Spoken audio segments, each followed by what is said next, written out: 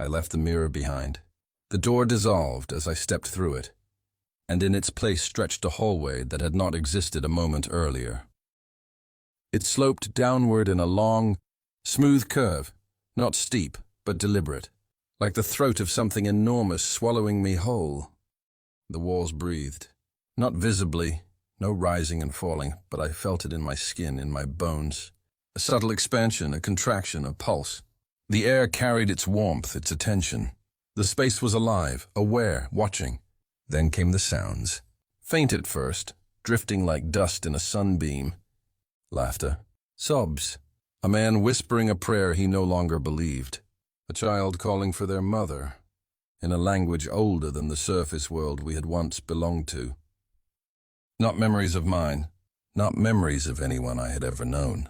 These were echoes from the dream, or from the people who slept somewhere deep under the ruined earth, consciousness leaking through thin walls. Footsteps followed. Not my own. They were slow, bare, and deliberate.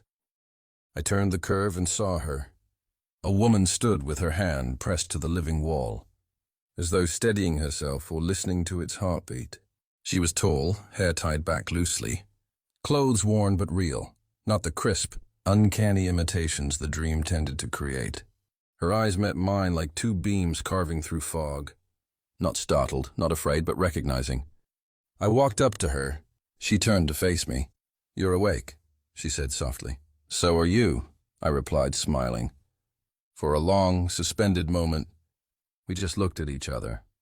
The first undeniable human presence I had seen who was not a construct, not a dream echo, not a reflection.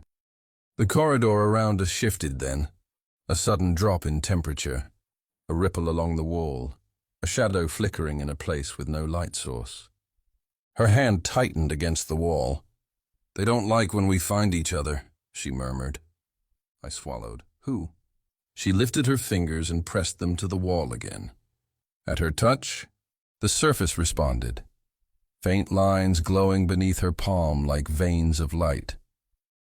The glow rippled outward, symbols blooming in its wake, rearranging themselves into a pattern I couldn't read. The wall opened, not like a door, more like muscle parting, tissue dividing. It revealed a circular chamber bathed in dull violet light, walls smooth and curved, floor etched with symbols that shifted gently like sand moved by unseen wind. I stepped in after her. The air felt different here, thicker, charged. "This is a stabilizing zone," she said softly. "A neutral layer. The dream doesn't reach fully into spaces like this. They were built from what's left of memory." "Whose memory?" I asked. She looked up at me, wary, thoughtful. "Yours," she said. "Mine, and whoever designed all of this." "Designed?" I echoed. She nodded once. "This isn't just a dream we fell into. It's a structure, a vessel, something between a machine and an organism. It's grown out of consciousness, human and something else." Her eyes flicked to the shifting symbols on the floor. Nothing this complex forms by accident. A low tremor moved through the chamber then. Subtle at first, then stronger, making the symbols ripple like disturbed water. The dull violet light dimmed and flared. From far down the corridor came a sound. Not footsteps, not breathing. Voices, layered, hundreds, maybe thousands, whispering backward, folding over each other like tape running in reverse. Her face tightened. "They've found us," she whispered. The doorway darkened, as though something vast had filled the hall beyond. I stepped back instinctively. "Should we run?" She shook her head slowly. "No," she said, eyes locked on mine. "Running keeps us asleep. This time we have to do the opposite." "Which is?" I asked.